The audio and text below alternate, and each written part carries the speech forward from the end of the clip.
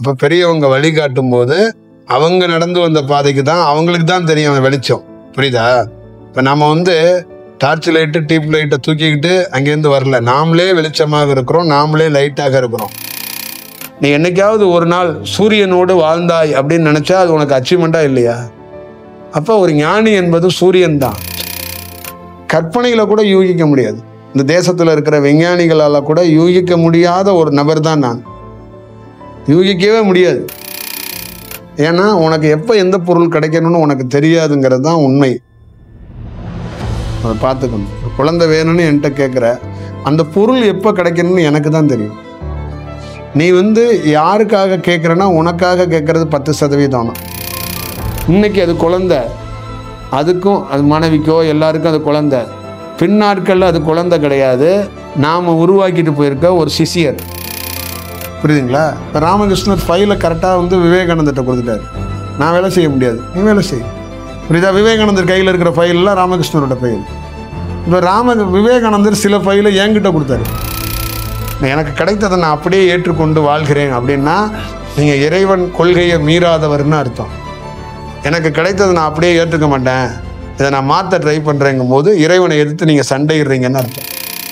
இந்த 4 வார்த்தை தான் எனக்கானது, பாக்கியெல்லாம் எவனுக்கானதோ நீ நினைக்கிற. ஒவ்வொரு மனிதனுக்கும் ஒரு காணொளி முழுக்க எல்லாமே உனக்கானது தான். செத்து போயிடுவ, சொன்னதை கேளு.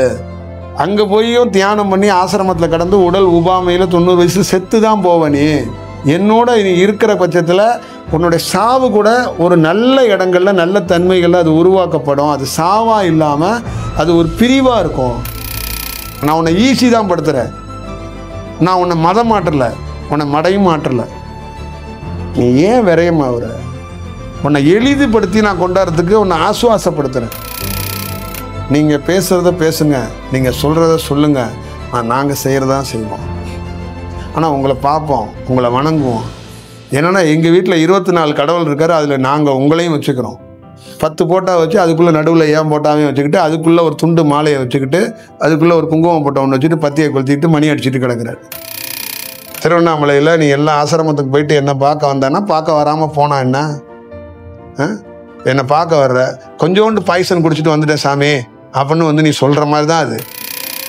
அவர் இருக்கும்போது நான் இல்லையே, அவர் தானே வேலை செஞ்சார்.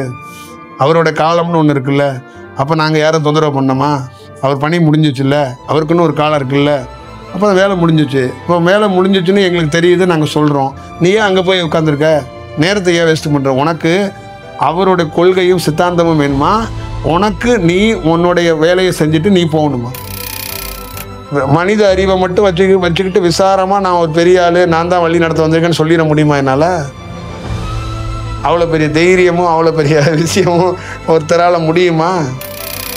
10ஓட 11 இத்தோட இது ஒன்றா 22 குருவோட நம்ம குருவும் ஒருத்தராக இருக்கிறாருன்னு வச்சு தையல் மிஷின்களில் வச்சு நூல்களை வச்சு பல நூல்களை அடித்து கோக்குறீங்கல்ல, அந்த மாதிரி கோக்கக்கூடாது.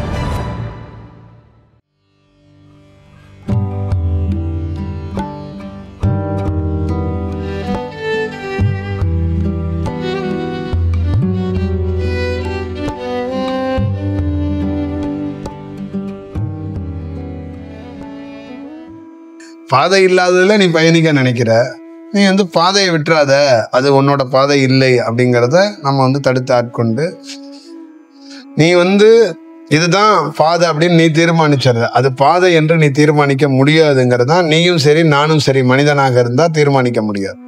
இப்போ பெரியவங்க வழிகாட்டும் போது அவங்க நடந்து வந்த பாதைக்கு தான் அவங்களுக்கு தான் தெரியும் அந்த வெளிச்சம். புரியுதா? இப்போ நம்ம வந்து டார்ச் லைட்டு டியூப் லைட்டை தூக்கிக்கிட்டு அங்கேருந்து வரல. நாமளே வெளிச்சமாக இருக்கிறோம், நாமளே லைட்டாக இருக்கிறோம்.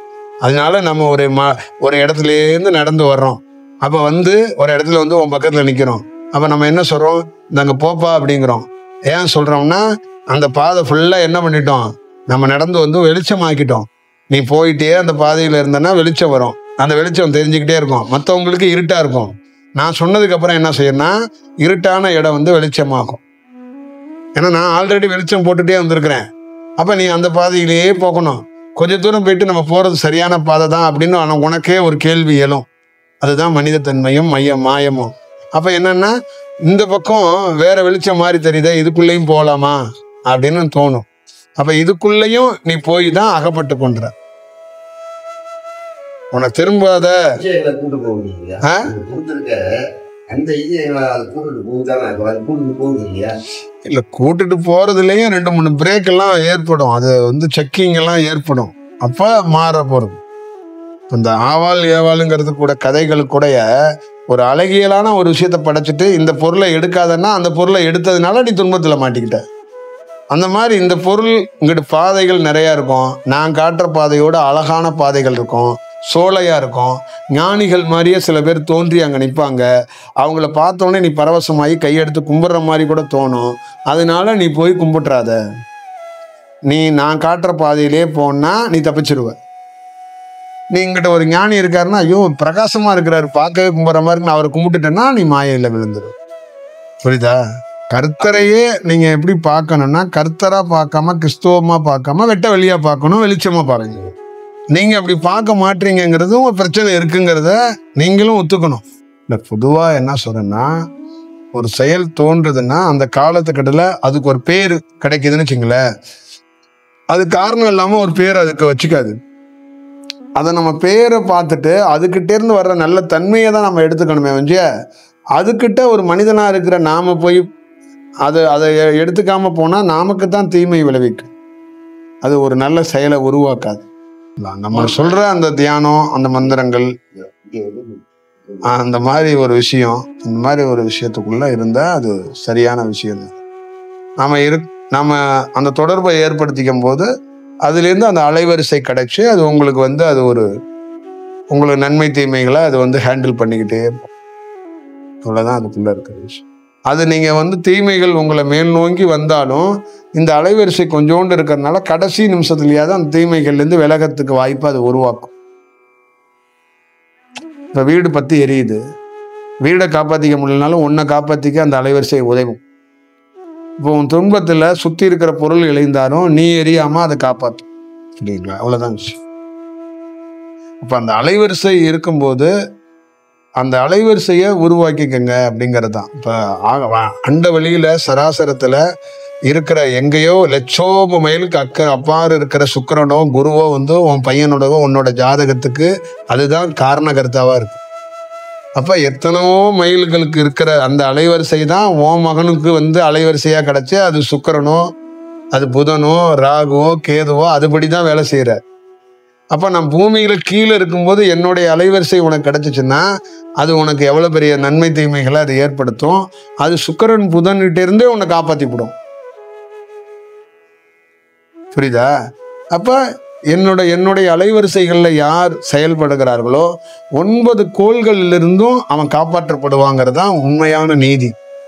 அப்ப என்னை யார் பின்பற்றுகிறார்களோ, என்னோடு யார் பயணிக்கிறார்களோ அவர்களுடைய உள்வினையிலிருந்து காப்பாற்றப்படுவார்கள். அவர்களுக்கும் எனக்கும் பக்தி இல்லை.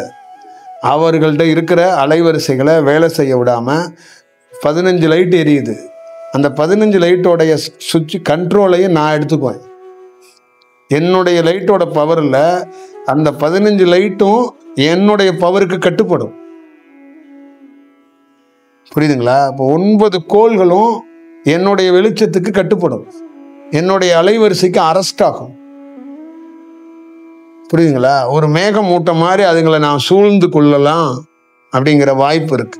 அப்ப நம்மளை சார்ந்த யாரா இருந்தாலும் அவர்கள் வந்து இயல்பாக நம்மளோட பயணிக்கும் போது அவர்களிடம் இருக்கிற அந்த செயல்பாடுகள்ல இருந்து அவர்களை மாற்றத்துக்கான வாய்ப்புகளை இந்த அலைவரிசை ஏற்படுத்தும். நான் கூட இருந்தாலும் கூட இல்லைன்னாலும் இந்த அலைவரிசை பயணிச்சுக்கிட்டே இருக்கும். நான் தான் சொல்லிட்டேன், நான் இங்க இருப்பேன், நாளைக்கு அமெரிக்கா கூட போயிடுவேன். ஆனா 1,00,000 மைலுக்கு அப்பாறு இருக்கிற சுக்கிரன் வந்து உனக்கு வந்து சுக்கிர திசையில வேலை செய்யறான். நான் வந்து 1000, 2000, 10,000, 20,000 மைலுக்கு அப்பாற்பட்டு இருக்கிறவன் வந்து நான் வேலை செய்ய மாட்டேனா? நான் 1,00,000 மைல்லேருந்து மேலிருந்து கீழே வந்துட்டேன். நான் கீழே தான் இருக்கிறேன், பூமியில தான் இருக்கிறேன். அப்ப நான் வந்து எவ்வளவு பெரிய அலைவரிசையா இருப்பேன் அப்படிங்கிறத பார்த்துக்கணும். என்னுடைய முழு வீரியத்தையும் காட்டி நான் இறைவன் உனக்கு காட்ட வேண்டிய அவசியம் இல்லை. நான் உன் கூடயே நீ என் கையை பிடிச்சிக்க வேண்டாம், நான் உன் கையை பிடிச்சிக்க வேண்டாம். சந்தர்ப்பம் கிடைச்சா பிடிச்சுக்கிட்டா இன்னும் கூடுதல் செயல். அது உன் வாழ்க்கையில ஒரு மறக்க முடியாத ஒரு மொமெண்ட், ஒரு வரலாறு. அது உன் லைஃப்லயே ஒரு அச்சீவ்மெண்ட் மாதிரி. புரியுதா? நீ என்னைக்காவது ஒரு நாள் சூரியனோடு வாழ்ந்தாய் அப்படின்னு நினைச்சா அது உனக்கு அச்சீவ்மெண்டா இல்லையா? அப்ப ஒரு ஞானி என்பது சூரியன் தான், சந்திரன் தான். நீ சந்திரன் சூரியனை பார்த்து வணங்குற, அதோடய வாழ்ந்தனா எப்படி இருக்கும்? அப்ப ஒரு ஞானி என்பது வெறும் உடலுக்குள்ள தோலை வைத்து போத்தி இருக்கு. அவருக்குள்ள இருக்கிறது சந்திரன் சூரியன் தான், அந்த வெளிச்சம் தான். அவர் இரவுல சந்திரனா இருக்கிறார், பகல்ல சூரியனா இருக்கிறார். அப்ப நீ இரவுலையும் பகல்லையும் அவரோட இருக்கிற பட்சத்துல ஒரு சூரியன் சந்திரனோட தான் இருக்கிற. இது உனக்கு வாழ்க்கையில கிடைத்த எவ்வளவு பெரிய பொக்கிஷம், வாய்ப்பு. சில ஆண்டுகள் மட்டும்தான் இது கிடைக்கும். 100 ஆண்டுகள் 200 ஆண்டுகள் கிடைக்காது. அல்ப ஆண்டுகள் கிடைக்கும். 5 ஆண்டுகள், 3 ஆண்டுகள், 2 ஆண்டுகள், 6 மாதங்கள், ஒரு ஒரு ஒரு ஒரு 5 நாள், 10 நாள், சில பேருக்கு 1 நாள் 2 நாள் கிடைக்கும். ஆனால் பார்க்காதவர்களுக்கு அலைவரிசை கிடைக்கும். இப்ப மேலிருந்து அலைவரிசை வருகிற மாதிரி பார்க்காமே இருக்கிறவர்கள் நம்மளை வணங்கும் போதோ அந்த அலைவரிசை அவர்களை பின்தொடரும். அப்ப அவர்கள் உச்சரிக்கும் போதோ அந்த சவுண்டை நினைக்கும் போதோ அதை நினைத்து ஒரு வேலை செய்யும் போது அந்த அலைவரிசை அவங்கள தொடர்பு கொள்ளும். அப்ப அந்த வேலையை அவங்களை வழி நடத்துறதுக்கான வாய்ப்புகளை அது உருவாக்கி கொடுக்கும். அப்ப அவங்க என்னன்னா மேன்மை அடையறதுக்கான வாய்ப்புகளை உருவாக்கி கொள்றதுக்கு நிறைய வாய்ப்புகள். அப்ப மேன்மைங்கிறது கூட ஒரு பக்கம் வச்சுக்கலாம், இன்னொரு பக்கம் பாதுகாக்கப்படுறதுக்கும் வாய்ப்பு இருக்கு. இதுதான் ரொம்ப முக்கியம். இப்ப நம்மளுடைய ரோல் அறிய முடியாது நிறைய பேரால. இதுதான் இதோட செயல். அப்ப யாரும் யூகிக்க முடியாத ஒரு ஆள் தான் நான். கற்பனையில கூட யூகிக்க முடியாது. இந்த தேசத்துல இருக்கிற விஞ்ஞானிகளால கூட யூகிக்க முடியாத ஒரு நபர் தான் நான். யூகிக்கவே முடியாது. நீங்க எந்த மாதிரி யூகித்தாலும் அது புலப்படாத ஒரு செயல் தான் நான். அப்படியாப்பட்ட ஒரு செயல்பாடுகளோட பயணிக்கிறதுங்கிறது அது ஒரு சாதாரண செயல்பாடுகள் இல்லை. அதை பார்த்துக்கணும். இப்ப நீ நினைச்சு என்னை பார்க்குற காரியங்கள் வேற, நான் உன்கிட்ட பார்க்குற காரியங்கிறது வேற. புரியுதா? நீ இப்ப இவங்க இருக்காங்க, என்னை ஒரு தோசமாவுக்காக இவங்க பார்த்துருக்கலாம். நான் பார்க்க வந்த தோசமாவுக்காக இல்லை, நான் பார்க்க வந்த காரியம் வேற. புரியுதா? நான் உன்னோடு கொஞ்ச நாள் பயணிக்க வந்திருக்கிறேன். பல லட்சம் மைலுக்கு அப்பாற்பட்டு வெளிச்சமாக உன்னோடு நான் பிரயாணம் பண்றதுக்கும் உன்னோடு வாழ்றதுக்காக நான் வந்திருக்கிறேன். உன்னோட நான் பயணிக்கிறேன், உன்னோடய நான் வாழ்றேன், உன்னோட பேசுறேன், உன்னோட சாப்பிட்றேன், உன்னோட நடக்கிறேன், எல்லாம் செய்யறேன். ஆனால் நான் வேறு, நீ வேறு. நீ பூமிக்கு உரியவன், நான் பூமிக்கு உரியவனே இல்லை. புரியுதா? அவ்வளவுதான் இதுக்குள்ள இருக்கிற செயல். அப்ப என்னுடைய அலைவரிசை உன்னை ஒரு பாதுகாப்பையும் மேம்பட்ட தன்மையும் ஏற்படுத்தும். அது எப்பயாவது உனக்கு வாழ்க்கையில பல சந்தர்ப்பங்கள்ல நீ அதை உணர்வ, சில சந்தர்ப்பங்கள்ல உன்னால உணர முடியாம போயிடும். சில சந்தர்ப்பங்கள்ல நானே கூட காட்டி கொடுக்கலாம், உன்னை அவசராத்திரத்துக்கு நான் எப்படி காப்பாத்துறேங்கிறத பாரு, இப்பயாவது என்னை உணர்ந்து கொள் அப்படின்னு காட்டி கொடுக்கலாம். சமயத்துல அதையும் கூட காட்டி கொடுக்காம நீ என்னதான் யோசிச்சுட்டு போற அப்படின்னு உன் பாணியிலே விட்டுட்டு போயிடலாம். என்கிட்ட நீ எந்த கமிட்மெண்டா இருக்க வேண்டிய அவசியம் இல்லை. ஏன்னா உனக்கு எப்ப எந்த பொருள் கிடைக்கணும்னு உனக்கு தெரியாதுங்கிறது தான் உண்மை. அதை பார்த்துக்கணும். ஒரு குழந்தை வேணும்னு என்கிட்ட கேட்குற, அந்த பொருள் எப்ப கிடைக்கணும்னு எனக்கு தான் தெரியும். நீ யாருக்காக கேட்குறன்னா உனக்காக கேட்கறது 10% உன்னோட ஆசை, நீயும் உன் மனைவியும். ஆனா 90 விழுக்காடு உன்னை சுத்தி இருக்கிற சூழலுக்காக தான் கேட்குற. நான் அவங்களுக்காகவும் உனக்காகவும் கொடுக்கறது இல்லை. நீயும் உன் மனைவியும் உன்னை சூழல்களையும் சேர்த்து எப்பொழுது அந்த பொருள் உன் கைக்கு வந்தா நல்லா இருக்குமோ அதை பார்த்து தான் கொடுக்குறேன்.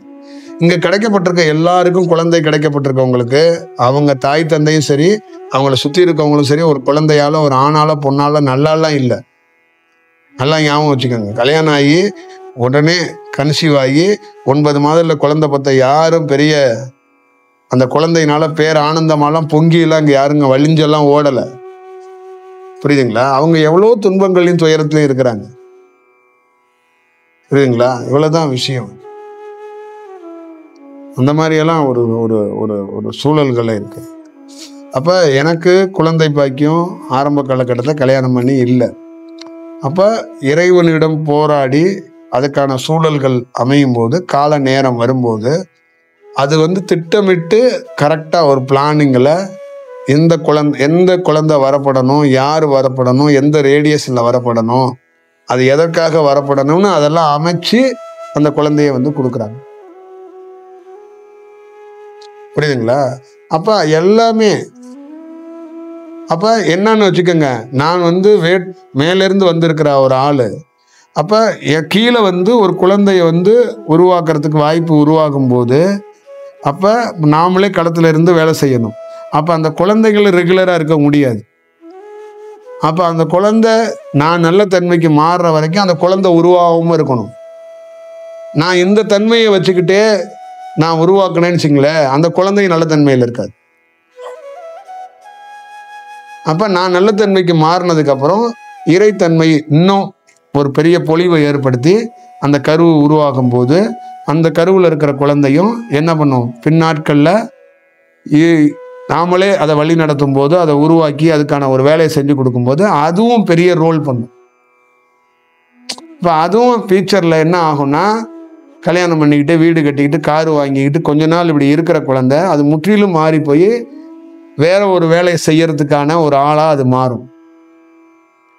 அப்போ வேற ஒரு ஆளானா நம்ம குரு பரம்பரையிலே இருக்கிற 2-3 பேர்த்த தான் பிடிச்சாந்து போடுவோம்.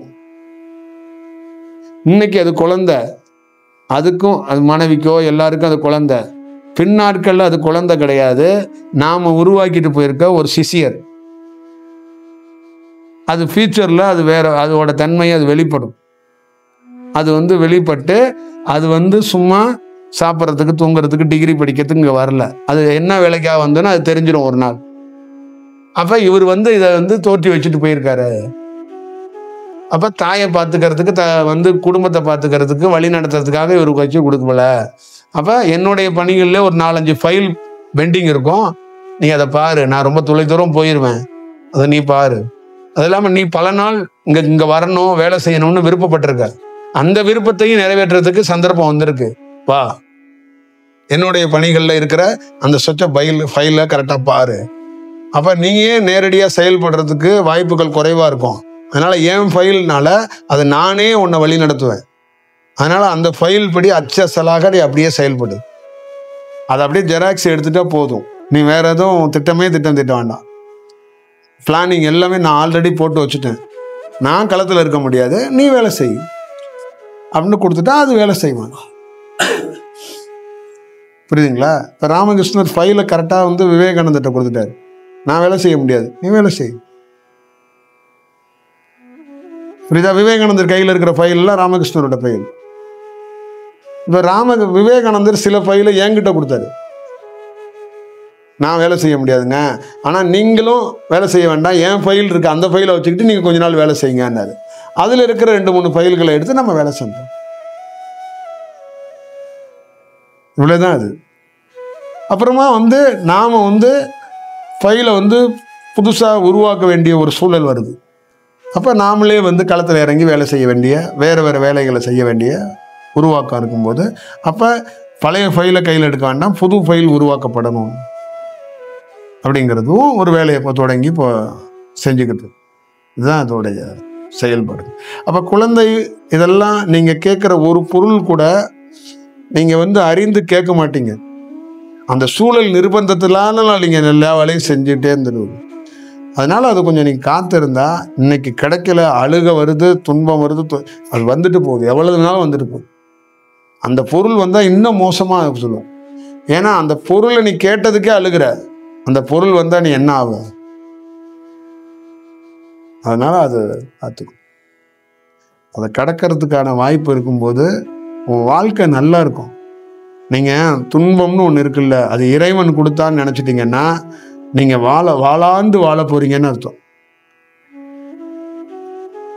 புரியுதா?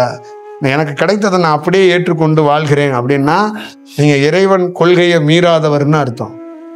எனக்கு கிடைத்ததை நான் அப்படியே ஏற்றுக்க மாட்டேன், இதை நான் மாற்ற ட்ரை பண்ணுறேங்கும் போது இறைவனை எதிர்த்து நீங்கள் சண்டையிடுறீங்கன்னு அர்த்தம். புரியுதா? ஒரு கணவனை இழந்த பொண்ணு இறைவன் கணவன் வேண்டான்னு கொடுத்துட்டாரு, அப்படியே இறைவனே கொடுத்துட்டாரு அப்படின்னு நினச்சிட்டாருன்னா அவளுக்கு வந்து இறைவன் பின்னால் போகிறதுக்கு வாய்ப்பு இருக்கு. இறைவனா பிடுங்கிட்டு போயிட்டார்ல, எல்லா வாழ்க்கை மாதிரி என் வாழ்க்கை இல்லை அப்படின்னு நினச்சிட்டா இறைவனை ஏற்று அவள் சண்டை போடுறான்னு அர்த்தம். அப்போ வாழ்க்கை என்னன்னா சவாலாக இருக்கும். பக்கத்து வீட்டில் இருக்கிற ஆம்பளை கை காட்டுவான், என்னம்மா நல்லா இருக்கியா அப்படின்னு கேட்பான். அப்போ அவள் வந்து அந்த மாதிரி நினைக்காம இருந்தால் பக்கத்து வீட்டில் இருக்கவன் கும்பிடுவான், தாய் நல்லா இருக்கியா தாய் அப்படிம்பான். இவ்வளோதான் வேறுபாடுகள், வேற ஒன்றும் வித்தியாசம், பெரிய வித்தியாசம் இல்லை. அப்போ துன்பத்தை தானாக முன் வந்து ஏற்றுக்கொண்டிருக்கிற பட்சத்தில் அது இறைவனே கொடுத்த துன்பம் என்று எவன் ஒருவன் முன்னால் வந்து நீதிபதி தீர்ப்பு எழுதுவதற்கு முன்னாலே நான் குற்றவாளி தான், நான் தான் தவறு செய்தேன், நானே ஒப்புக்கொள்கிறேன் வந்துட்டான்னா அவன் வந்து விடுதலை ஆவான்னு அர்த்தம். அவனை இறைவனே விடுதலை செய்வார், நீதிபதி விடுதலை செய்ய வேண்டியதில்லை. அப்போ தீர்ப்பும் நீதிபதி எழுத வேண்டியதில்லை, விடுதலையும் நீதிபதி செய்ய வேண்டியதில்லை. இங்கே ஒவ்வொரு மனிதனும் அவன் தவறை செஞ்சுட்டு செய்யலைன்னு சொல்லி இன்னொரு வக்கீலை வச்சு வாதாடிக்கிட்டு இருக்கான். அதுக்கு தவற இன்னொரு மனிதர் வந்து தீர்ப்பு சொல்றாரு, தண்டிக்கிறாரு, விடுதலை பண்றாரு. அப்போ கடவுள் பார்க்குறாரு, இது என்ன செயல், இது என்ன ரோல், இது என்ன கூத்து அப்படி என்று அது ஒரு நகைப்புக்குரிய வேலையாக தான் செஞ்சுக்கிட்டே இருக்கிறீங்க. அப்போ மக்களே முன் வந்து அந்த செயல்களை ஏற்றுக்கொண்ட பட்சத்தில் அங்கே அவர்கள் சட்டத்தால் மனிதர்களால் தண்டிக்கப்படுவதிலிருந்து விடுபடுறாருன்னு அர்த்தம். புரியுதுங்களா? நான் தான் சொன்னேன்ல, ஒரே செயல் தான், சிம்பிள் தான். நீ வந்து மனதிலிருந்து ஒரு எண்ண பதிவு இருக்குல்ல, இது எனக்கு வேணும் அது எனக்கு வேண்டான்னா அந்த நிமிஷம் போன எண்ணம் திரும்பி வெளியில போயிடும், அது பதிவாக மாறாது. இப்போ நான் வந்து சித்தராகணும் குருவாகணும் அப்படின்னா அது பதிவாயிரும். நான் எதுவுமே ஆக வேண்டாங்க, நான் என்ன ஆகணும் நீ நினைக்கிறியா ஆகுப்பா அப்படின்னு போயிட்டோம்னா அங்கே பதிவே இல்லை, அங்கே விடுதலை, அங்கே அந்த நிமிடமே நான் விடுதலை ஆகிறேன். நீ ஒன்று ஆகணும்னு நினைக்கும் போது நீ கைதி ஆகி போயிடுற, ஒன்று வேணுங்கும் போதே நீ கைதி தாப்பா. என்னிடந்து ஒன்று வேணும்னு நினைக்கிறேன்னா அப்போ நீ என்ன நினைக்கிறன்னா என்னை ஒரு நீதிபதியாக நினைச்சு எனக்கு இது வேணும், எனக்கு பார்த்து கொடுங்க அப்படிங்கும் போது நீ கைதியாக தான் நிற்கிற.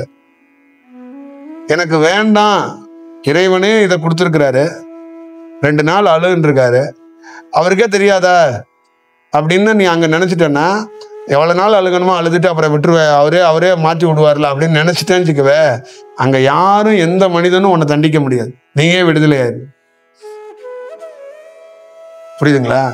கொரோனாவை யாரும் கண்ட்ரோல் பண்ணலை, அது வந்துச்சு அதுவாக போயிடுச்சு. நான் மனிதர்கள் நாங்கள் தான் கட்டுப்படுத்தினாங்கிறாங்க, மனிதர்கள் நாங்கள் தான் கொண்டு வந்தோங்கிறாங்க. அது இந்த கால சுழற்சியில் வரும், அது போகும். புரியுதா? அதை நீங்க கட்டுப்படுத்தவும் வேண்டாம், அதை விடவும் வேண்டாம்.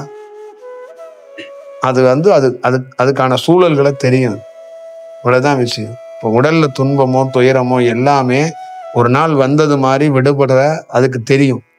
அந்த வாய்ப்பை அந்த சொல்யூஷனை இறைவனால ஏற்படுத்த முடியும். புரியுங்களா? அப்ப இறைவன் நல்லவன்னு நீங்க நம்புறீங்க அப்படின்னா அவர் உங்களை சும்மா தண்டிக்க மாட்டார். புரியுதுங்களா? அதுக்கு காரணம் இருக்குங்கிறத புரிஞ்சுக்கும். அப்ப ஏற்றுக்கொள்கிற பக்குவம் வந்து வேணும். கர்த்தரே ஏற்றுக்கொண்டார் எதை? சிலுவைய. அதை ஏன் ஏற்றுக்கொண்டார்னா என்ன வடிவம்னு தெரிஞ்சிருச்சு, இதுக்கு தான் வந்திருக்கோம். அதுக்கு தெரியாதனால தான் நீங்க எதையுமே ஏற்றுக்கொள்ள மாட்டேங்கிறீங்க. புரியுதுங்களா? இப்போ நான் பேசுகிற அத்தனை வார்த்தைகளில் உங்களுக்கு பிடிச்ச வார்த்தையை தான் எங்கள் ஊரில் கல்லரிசி பொறுக்குவாங்க, பிஞ்சரிசி, தோல் லைட்டாக கிழிஞ்சது, இதெல்லாம் முளைக்காதுன்னு பொறுக்கி போடுவாங்க. அந்த மாதிரி ஒரு ஞானி பேசுகிறத உங்களுக்கு தேவையானதை மட்டும் பொறுக்கி கட் பண்ணி ஷார்ட்ஸாக வச்சுக்கிறீங்க, ஸ்டேட்டஸ் வச்சுக்கிறீங்க. அதை தேவையானதை எடுத்துக்கிட்டு ஒரு பொன்மொழிகள் மாதிரி, ஐயோ நம்ம நினச்சதாங்க பேசியிருக்காரு, நம்ம கரெக்டாக சொல்லியிருக்கிறாரு, இது ஓகே, இது நமக்கு தேவை அப்படின்ட்டு போகிறீங்க. இது எல்லாமே உனக்காக பேசப்பட்டதான். நீ ஏன் பொறுக்கிற? இன்னைக்கு பொறுக்கி உனக்கான எடுக்கிறல்ல, நான் 10 நாள் கழிச்சு அதே எதை ஒட்டியோ அது உனக்குன்னு உனக்கு தெரியும், அன்னைக்கும் போய் அதை பொறுக்க முற்படுவ. நீ மொத்தமாக பொறுக்கிக்கிட்டே போகும்போது பார்த்தோன்னா நான் பேசியது அத்தனையுமே உனக்காக தான் இருக்கும். பொறுக்கி எல்லாத்தையும் பார்த்ததுக்கப்புறம் அங்கே அரிசியே இருக்காது. அங்கே பேசி எல்லாத்தையும் பார்த்தோன்னா என் வார்த்தையே இருக்காது. ஏன்னா எல்லாத்தையும் நீ எடுத்துட்ட, எனக்கானதுன்னு எடுத்துட்ட. நீ முதல் நாளே இது எல்லாமே எனக்கானதுன்னு நீ நினச்சிட்டன்னா அது சரிதான். அது இந்த 4 வார்த்தை தான் எனக்கானது, பாக்கி எல்லாம் எவனுக்கானதோ நீ நினைக்கிற. ஒவ்வொரு மனிதனுக்கும் ஒரு காணொளி முழுக்க எல்லாமே உனக்கானது தான். புரியுதா? அதுல எதையும் பொறுக்காத. இன்று நீ 4 வார்த்தையை பொறுக்கிற, நாளைக்கு உனக்கு அது தேவைப்படும். பொறுக்காத வார்த்தைகள் உனக்கு தேவைப்படும். மொத்தமே உனக்கு தான். நான் பேசுகிற எத்தனை செயலும் ஒவ்வொரு தனி மனிதனுக்கும் மொத்த செயலுமே தேவைப்படும். அதை யாரும் புரியறதோ அது செயல்படுறதோ இல்லை. அதுல பிரத்யேகமான சில ஆசுவாசப்படுத்தி சில வேலைகளை பார்க்குறேன். அதோட வெளிப்பாடு தான். இப்போ இவ்வளோ ஞானிகள் இருக்கிறாங்க, இவ்வளோ குருமார்கள் இருக்கிறாங்க, இவ்வளோ விஷயங்கள் இருக்கு. அப்போ நீங்கள் ஒரு சிம்பிளாக புரிஞ்சுக்கணும். கர்த்தர் வந்தார், தான் ஒரு பெரிய செயல் என்பது, வடிவம் என்பது அவருக்கு தெரியும். பணி செய்கிறாரு, வர்றாரு, களத்தில் நிற்கிறாரு. தன்னை கும்பிடுங்கிறதுலாம் விஷயம் தாண்டி மக்கள் கீழ்நிலையில் இருக்கிறாங்க, மாற்றத்தை உருவாக்கணும் அப்படின்னு நினச்சிக்கிட்டு கிட்ட போனால் உன்னை நாங்கள் இறைவனாக ஏற்றுக்கொள்ள மாட்டோம், எங்கள் கடவுள் வேற அப்படின்னு அவர் பேரை சொல்கிறாங்க. ஆபிரகாம் பேரை சொல்லிட்டு கல்லை தூக்கிட்டு வர்றாங்க. அப்போ ஆபிரகாமே நான் தான் அனுப்பிச்சு விட்டேன் அப்படின்னு அவர் சொன்னாலும் இன்னும் 2-3 கல்லை சேர்த்து தூக்குறாங்க. அப்போ புரியுதுங்களா? அப்போ என்ன மாதிரி சூழல்களில் மக்கள் இருக்கிறார்கள். அப்போ இதே ப்ராப்ளம் தான் எனக்கு இருக்குது. களத்தில் நான் நிற்கிறேன், வெளிச்சமாக நிற்கிறேன், வேலை செய்யணும். மக்கள் கையில் இருக்கிற பொருள் எல்லாம் பழைய பொருளாக இருக்குது. இந்த காலத்துக்குள்ள பொருளை கொடுக்கணும் அப்படின்னு நான் போராடுறேன். அவங்க என்ன சொல்கிறாங்கன்னா, இதுதான் எனக்கு பெஸ்ட்டு, இவர் தான் பெரிய குருநாதர், இவரோட தான் நான் 1 வருஷமாக இருக்கிறேன், இவர் தான் எனக்கு ஆட்டிக்கிட்டே இருக்கிறாரு, இவர் தான் எனக்கு நவாப்பழத்தை கொடுக்குறாரு, இவர் தான் எனக்கு நுங்க கொடுத்துட்டு இருக்காரு, இவர் தான் எனக்கு ஊஞ்சலில் தேன் ஆட்டுறாரு, என் பிள்ளைக்கு கல்யாணம் ஆனது இவர் தான், என் பிள்ளை இன்னைக்கு யூஎஸ்ல இருக்கிறதுக்கு இவர் தான், இவரால் தான் தொழில் நடக்குது, இவரால் தான் எல்லாம் நடக்குதுன்னு அவங்கவுங்க ஏதோ ஒரு கதையை சொல்லிக்கிட்டே இருக்கிறாங்க. அப்ப இதெல்லாம் பழசு, இதெல்லாம் இல்லை, இதெல்லாம் கிடையாது, இதை மாத்து, இது மாறப்போகுது, நீ மாறு. இப்ப நான் உன்னை விட்டுட்டு போக முடியாது, நீ செத்து போவ, பூகம்பம் வரும், சுனாமி வரும், அழிக்க போறோம், செத்து போயிடுவ, நீ சாகாத, என்னுடைய வெளிச்சத்துக்குள்ள இங்கிட்டு ஓடிடு, செத்து போயிடுவ, சொன்னதை கேளு. அங்க போயும் தியானம் பண்ணி ஆசிரமத்துல கடந்து உடல் உபாமையில 90 வயசு செத்து தான் போவ நீ. புரியுதா? உனக்கு அவங்க மண்ணு போட்டாலும் காவி வேட்டிலே உன்னை புதைச்சாலும் நீ செத்து போயிட்டேங்கிறது தான் அதோடைய அர்த்தம். என்னோட நீ இருக்கிற பட்சத்துல உன்னுடைய சாவு கூட ஒரு நல்ல இடங்கள்ல, நல்ல தன்மைகள்ல அது உருவாக்கப்படும். அது சாவா இல்லாம அது ஒரு பிரிவா இருக்கும், ஒரு விடுதலையா இருக்கும். இந்த உடல் போதும், நான் இங்கிருந்து போறேன், நான் இன்னொரு ஊருக்கு போயிட்டு வர மாதிரி சொல்லிட்டு போவேன். மரணத்தை போயிட்டு வரேன், இந்த உடல் முடிஞ்சிட்டு வேலை, நான் அந்த பக்கத்து ஊருக்கு போயிட்டு வர மாதிரி உன் மரணத்தை சொல்லுவேன். ஆனா அங்க இருந்தனா நீ அப்படி சொல்ல முடியாது. புரியுதா? எது உயிர், எது உடல், உடல்லேருந்து உயிர் எப்படி இருக்கு, எப்படி பிரியுதுன்னு தெரியாம நீ அவஸ்தைப்பட்டு, துன்பப்பட்டு, துயரப்பட்டு சாவ. இப்ப இந்த சவால் என்கிட்ட இருக்கு, இந்த சவாலை மாற்ற முடியலை. புரியுதுங்களா? இந்த 1/2 1 hour கழிச்சு நீங்க போய் வீட்டில் பூஜையை திறந்து கணபதியோ விநாயகரையோ பல பேரை கும்பிடுவீங்க. புரியுதா? அந்த அலைவரிசையெல்லாம் களத்துக்குள்ள இருக்கா அப்படிங்கிறது, அந்த அலைவரிசையோட வேற வடிவத்துக்குள்ள வந்தா நாம. அப்ப நீ அதெல்லாம் வணங்க வேண்டிய சூழல், நிர்பந்தம் உனக்கு தேவை இல்லைங்கிறத நான் சொல்றேன். நான் உன்னை ஈஸி தான் படுத்துறேன், நான் உன்னை மதம் மாற்றல, உன்னை மடையும் மாற்றல. நீ ஏன் விரயமாவுற? உன்னை எளிதுபடுத்தி நான் கொண்டாடுறதுக்கு உன்னை ஆசுவாசப்படுத்துறேன். புரியுதா? 10 நதியில குளிக்காத, புரியுதா? என் இடத்துல உட்கார்ந்தாவே நீ நதியில குளிச்ச மாதிரி தான்.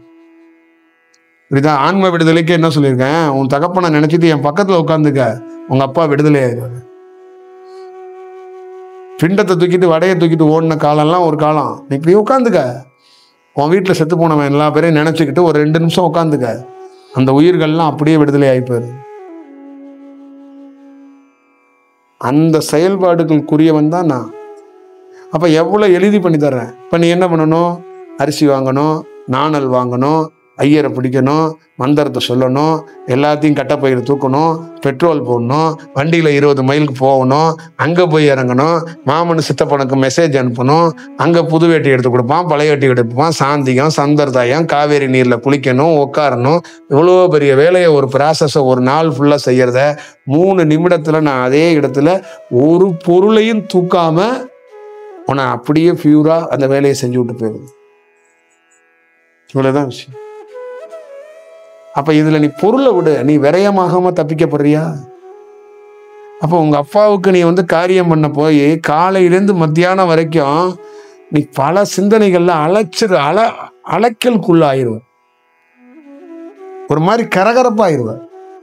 ஒரு ரேடியோவை போட்டு விட்டு 1 மணி நேரம் நிறுத்தலைன்னா அது மேல கையை வச்சோன்னா சுடும், அந்த மாதிரி சூடாயிருவ. நீ சூடாகாத, நான் பார்த்துக்கிறேன், உன்னை பதமா உன்னை சமன் பண்ணி வைக்க தான் நான் வந்திருக்கேன்னு சொன்னா என் சொல் பேச்சு கேட்க மாட்டேன். புரியுதா? நீங்க பேசுறத பேசுங்க, நீங்க சொல்றத சொல்லுங்க, நாங்க செய்யறதா செய்வோம். ஆனா உங்களை பார்ப்போம், உங்களை வணங்குவோம். என்னன்னா எங்க வீட்டுல 24 கடவுள் இருக்காரு, அதுல நாங்க உங்களையும் வச்சுக்கிறோம். 23 போட்டோவை கலட்ட வந்தவன் தான் நான். 24 படத்துல அலங்கரிக்க வந்தவன் நான் கிடையாது. புரியுதா? சாய்பாபா போட்டோவுக்கு பக்கத்துல எனக்கும் கொஞ்சோண்டு மாலை போடு, பூ போடுன்னு கையேந்த கேட்க வந்தவன் நான் இல்லை. அந்த போட்டோவையும் கலட்டிட்டு ஏன் போட்டோவையும் கலட்டிட்டு பேசாம இருன்னு சொல்ல வந்தவன் தான் நான். புரியுதா? நீ என்ன பண்ற? 10 போட்டோ வச்சு அதுக்குள்ள நடுவுல ஏன் போட்டாவையும் வச்சுக்கிட்டு, அதுக்குள்ள ஒரு துண்டு மாலையை வச்சுக்கிட்டு, அதுக்குள்ள ஒரு குங்குமம் போட்டோ ஒன்று வச்சுட்டு பத்தியை கொளுத்திட்டு மணி அடிச்சுட்டு கிடக்குறாரு. நீ எப்போ இது உனக்கு புரியும்? திருவண்ணாமலையில் நீ எல்லா ஆசிரமத்துக்கு போயிட்டு என்ன பார்க்க வந்தானா, பார்க்க வராமல் போனா என்ன? என்னை பார்க்க வர்ற, கொஞ்சோண்டு பாய்சன் குடிச்சிட்டு வந்துட்டேன் சாமி அப்படின்னு நீ சொல்கிற மாதிரி தான் அது. கொஞ்சம் தானே உங்களை பார்க்க வந்தேன், நீங்கள் பாயசம் எப்படியும் கொடுப்பீங்க, அதனால கொஞ்சம் விஷம் குடிச்சா என்ன, எப்படியும் உங்கள் பாயசம் அதை முறிச்சிடும், நான் கொஞ்சம் குடிச்சுக்கிட்டேன் அப்படிங்கிற கதை தான் அது. எதற்கு பார்க்கணும்? ஏன் கால விரயம் பண்ணணும்? அவர் இருக்கும்போது நான் இல்லையே, அவர் தானே வேலை செஞ்சாரு. அவரோட காலம்னு ஒன்று இருக்குல்ல, அவரோட ரேடியேஷன் ஒன்று இருக்குல்ல.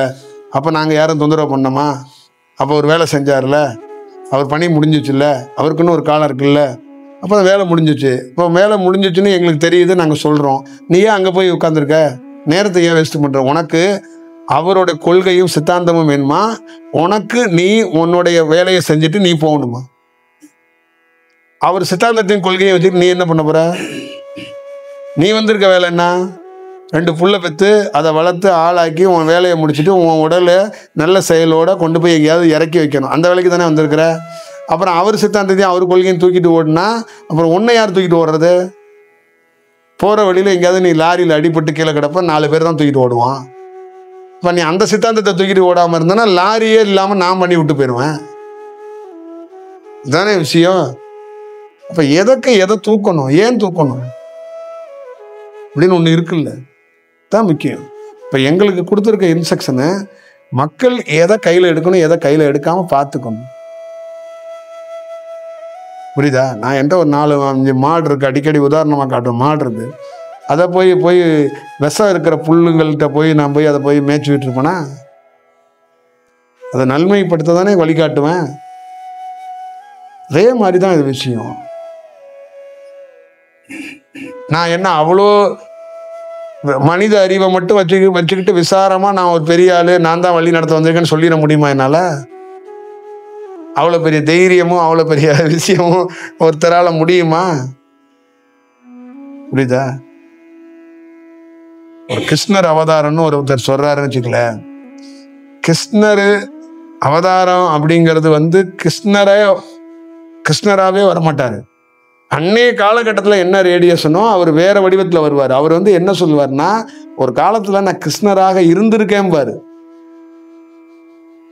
புரியுதுங்களா? அந்த கீதையில இருந்த கிருஷ்ணரே வரமாட்டாரு. அந்த ஒளியே மாறி இந்த ரேடியேஷன்ல இந்த காலகட்டத்தில் என்ன தேவையோ அதுதான் வரும். புரியுதா? இப்போ இந்த காலகட்டத்தில் ஏஏயா வரணும்னா ஏஏயா வரணும். அந்த காலகட்டத்தில் ரேடியேஷனாகவே வர முடியாதுங்க. புரியுதா? அப்போ நிறைய பேர் சொல்லுவாங்க, நான் தான் இவருடைய அவதாரத்தில் நிற்கிறேன், நீங்கள் அதை வந்து பார்த்து பண்ணிக்கங்க, வழிபடுங்க. அது அப்படி கிடையாது. அவங்க மேற்கோள் காட்டுறதுக்கு முன்னாடி நான் வந்திருக்கேன், 2-3 பிறப்பில் வந்திருக்கிறேன். ஆனால் அந்த செயல்பாடுகள் வேற, இந்த செயல்பாடுகள் வேறங்கிறது தான் அதோடைய உண்மை வடிவம், இந்த வெளிச்சம். புரியுதுங்களா? ராமலிங்க சாமியே வர்றாருன்னு வச்சுங்களேன், அந்த வெளிச்சம் வேற, அவர் திருப்பி வந்தாருன்னா இவரோட வெளிச்சம் வேற. யார் அதே வெளிச்சமா வந்து அடிச்சுக்கிட்டு இருக்க மாட்டாங்க. புரியுதா? ஒரே ஜென்ரேட்டர்ல புகை வந்துட்டு இருக்கும் பாரு, அது கிடையாது. அவன் இறைவன்கிறவன். காலங்கிறது சுத்திக்கிட்டே இருக்கு, பூமிங்கிறது இந்த திசைகள் மாறிக்கிட்டே இருக்கும், ஒவ்வொரு நிமிடமும் மாறிக்கிட்டே இருக்கும் காலத்துல. அப்ப அதுக்கேற்ற மாதிரி, அந்த சுழற்சிக்கு ஏற்ற மாதிரி தான் தன்னுடைய பெயர்களையோ தோற்றத்தையோ வடிவத்தையோ அவங்க வந்து சீரமைச்சுக்கிட்டு அவங்க பணி செய்வாங்க. இதை வந்து நம்ம உணர்ந்துக்கணும். இப்ப நீங்க நாயா பிறந்திருக்கீங்க, இப்ப இந்த பிறப்புலையும் நாயாவே வந்திருக்கலாம்ல. பாம்பா பிறந்தீங்க, பாம்பாவே வந்திருக்கலாம்ல. ஏன் மனுஷனா பிறந்தீங்க? ஒருத்தர், நானே சொல்றேன், நான் வந்து பாம்பா பிறந்திருக்கிறேன், திருப்பி பாம்பாவே வந்திருக்கலாம்ல. அப்ப நான் பாம்புகளோட தான் இருக்க முடியும், மனிதர்களோட இருக்க முடியாது. புரியுதா? இப்ப நீங்க, உங்களுக்கு தெரியும் ஐயாவே பாம்பு, அதனால நீங்க ஒரு 25 பேர் 30 பேர் என்ன பார்த்துக்குவீங்க. நான் ஒரு பஜாருக்குள்ள போனேன்னா எல்லாரும் ஓடி போயிடுவான்ல, தெரியாதவன் என்ன பண்ணுவான்? புரியுதா? நான் ஒவ்வொரு முறையும் போகும்போது என்ன பண்ணுவாங்க, என்ன வணங்க வேண்டியவன் கம்ப தூக்கிட்டு ஓடியாருவாங்க அடிக்கிறதுக்கு. அப்ப என்ன பண்றேன், பாம்பா இருக்கிறவன் இந்த ரேடியேஷன்ல பாம்பாவே வந்தோம்னா இங்க வேலைக்கு ஆகாது. அப்ப மனிதனா போகணும். அப்ப பாம்பா அவதரிக்கும் போது எங்க இருந்திருப்போமோ அங்கதான் இருந்திருப்போம். அப்படிதான் அந்த செயல்பாடுகளுக்குள்ள அது இருந்திருக்கும். பாம்பா இருந்துட்டு நான் உலகம் முழுக்க போய் எல்லா நாடுகளுக்கும் அப்படியே பிளைட்ல ஏறி போயிட்டு வந்துட்டு இருக்க முடியுமா? ட்ரெயின்ல ஏறி போக முடியுமா? நீங்க அணிலா பிறந்து விட்டு ட்ரெயின்ல பாஸ்போர்ட்லாம் பிளைட்ல போயிட்டு வந்துருவீங்களா என்ன? அந்த மாதிரிதான் அது. இதெல்லாம் உணர்ந்துக்கணும். எல்லா ரேடியேஷனுக்கு ஏற்ற மாதிரி ஒரு உருவங்கள் ஒரு காலகட்டத்தில் அது மாறும். அப்போ அதை நீங்கள் பார்க்கணும். 10ஓட 11 இத்தோட இது ஒன்றா, 22 குருவோட நம்ம குரு ஒருத்தராக இருக்கிறாருன்னு வச்சு தையல் மிஷின்களில் வச்சு நூல்களை வச்சு பல நூல்களை அடித்து கோக்குறீங்கல்ல, அந்த மாதிரி கோக்கக்கூடாது. அவர் வந்து உங்களுக்கு இந்த காலத்தை மாறுறதுக்கு நல்ல ரேடியேஷனோட வாழ்க்கையோட தத்துவத்தில் உன்னை வழி நடத்துறதுக்கு ஒரு வழிகளை காட்டுறதுக்காக வந்திருக்கிறார். அப்ப அந்த விஷயத்துக்குள்ளதான் நம்ம வந்து சித்தாந்தத்தை கடைப்பிடிக்கிறது, பார்த்துக்கிறது, அப்படி பார்க்கணும். அப்ப நம்மளை வந்து பெருசா பார்க்க முடியலனாலும் ஸ்டடி பண்ணிக்கிட்டு அவரோட பயணிக்கிறதுக்கு பார்க்கணும், இல்லைன்னா அவர் அலைவரிசையை வாங்கிக்கிறதுக்கு பார்க்கணும். ஒரு ஞானி என்பது பிடித்தவன் அல்லங்க, அவன் வந்து ஒரு பணி செய்ய வந்தவன், பிடிக்கிறவன் கிடையாது. அவனை வந்து காதலிக்கிறது, பிடிச்சு போறது அதெல்லாம் இல்லை. பார்த்துக்கணும் இல்ல? புரியுதா? எல்லா பூஜை ரூம்லயும் என் போட்டோ கிடையாது, அது வேற. பொதுவா சொல்றேன், நிறைய பேருக்குள்ள அது ஒரு இருக்கு. நிறைய பேருடைய பூஜை ரூம்ல நீங்க நிறைய கடவுள்களை வச்சிருக்கிறீங்க, வணங்குறீங்க, அதே நேரத்தில் நம்மளையும் பார்க்க வர்றீங்க. ஆனா அதோடைய செயல்பாடுகள் என்னன்னு உங்களுக்கு புரியாது.